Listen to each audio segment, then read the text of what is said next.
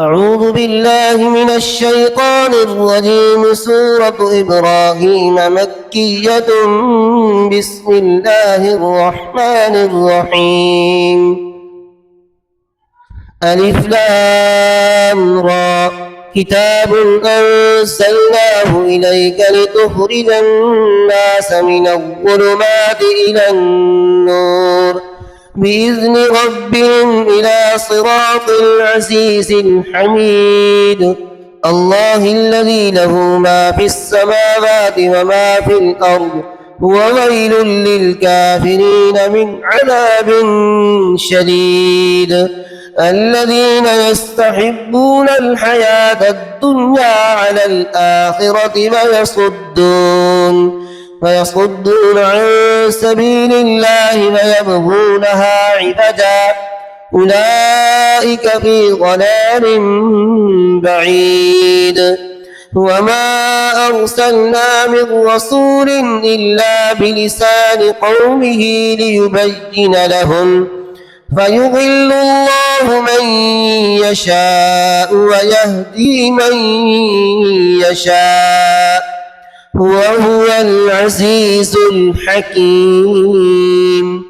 ولقد أرسلنا موسى بآياتنا أن أخرج قومك من الظلمات إلى النور وذكرهم بأيام الله إن في ذلك لآيات لكل صبار شكور. وإذ قال موسى لقومه اذكروا نعمة الله عليكم إذ أنجاكم من آل فرعون يسومونكم سوء العذاب ويذبحون أبناءكم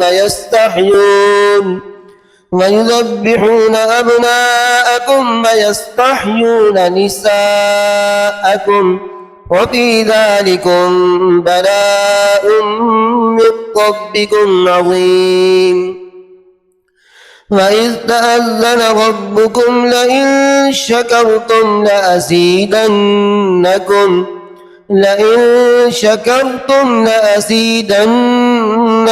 ولئن كفرتم إن عذابي لشديد.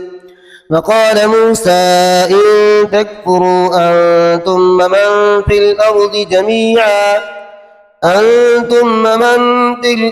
جميعا فإن الله لغني حميد.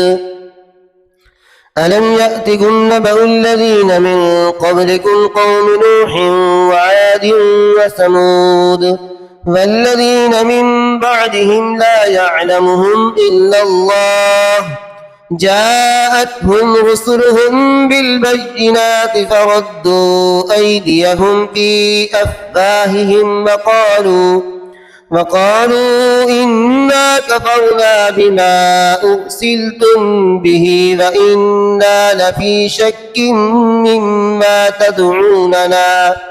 وإنا لفي شك مما تدعوننا إليه مريب. قالت رسلهم أفي الله شق فاطر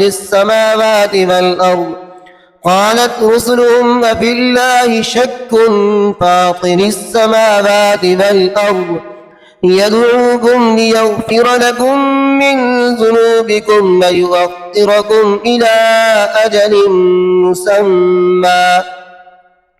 قالوا إن أنتم إلا بشر مثلنا تريدون أن تصدونا عما كان يعبد آباؤنا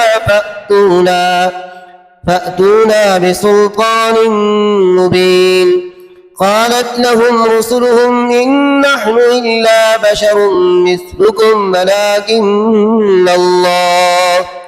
ولكن الله يمن على من يشاء من عباده وما كان لنا أن نأتيكم بسلطان إلا بإذن الله وعلى الله فليتوكل المؤمنون.